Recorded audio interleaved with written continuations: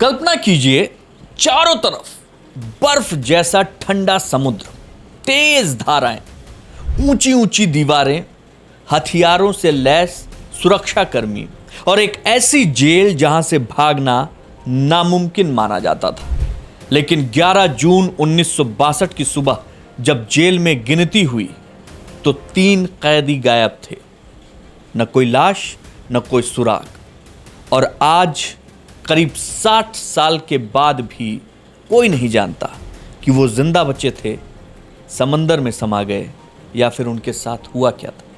यह है दुनिया की सबसे रहस्यमय जेल ब्रेक की कहानी, अल्काट्राज की कहानी। अल्काट्राज आखिर थी क्या? अमेरिका के कैलिफोर्निया में सैन फ्रांसिस्को की खाड़ी के बीचों बीच एक छोटा सा टापू, यहीं बनी थी अल्काट्राज जेल। इसे दुनिया का सबसे सुरक्षित जेल माना जाता था। यहां अमेरिका के सबसे खतरनाक अपराधियों को रखा जाता था। यहां से भागना असंभव माना जाता था क्योंकि चारों ओर बर्फ जैसा ठंडा समुद्री पानी, तेज समंदर की धाराएं और कई किलोमीटर तक पानी पर लगातार निगरानी। कहते थे लोग, अल्काट्राज में जाना आसान है, बाहर निकलना नहीं। इस जेल में ही बंद थे फ्रैंक मॉरिस और 2 भाई, जॉन एग्लिन और क्लेरेंस एग्लिन।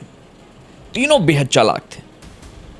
इन तीनों ने महीनों तक जेल की हर कमजोरी पर नजर रखा और फिर उन्होंने इतिहास की सबसे खतरनाक भागने की योजना बनाई, जेल ब्रेक की योजना बनाई। जानते हैं, उन्होंने चम्मच, धातु के छोटे टुकड़ों और घर में बने औजारों से अपनी कोठरी की दीवारें धीरे धीरे काटनी शुरू की। रात में वहां पे एक चलन था, एक संगीत बजता था जिससे कैदी आराम से सो सके। उसी आवाज में वो दीवार तोड़ते रहे। उन्होंने वेंटिलेशन के पीछे एक गुप्त रास्ता बना लिया। फिर बारिश के जो कोट होते हैं, जो बारिश में पहने जाते थे, वो बहुत भारी होते थे, उसको चुरा कर लाते हैं और एक रबर की नाव तैयार करते हैं। सबसे हैरान कर देने वाली बात यह कि जब वो अपने बिस्तर पर वहां से उठकर ये सब काम करते थे तो एक नकली सर भी उन्होंने बनाया था, जिसको उन्होंने साबुन, प्लास्टर, टॉयलेट पेपर और असली बालों से बनाया था। वो बिस्तर पर रख देते थे ताकि रात को गार्ड देखें तो उनको लगे कि कैदी सो रहा है। ये तैयारी थी उनकी और ऐसा उन्होंने अंतिम दिन किया।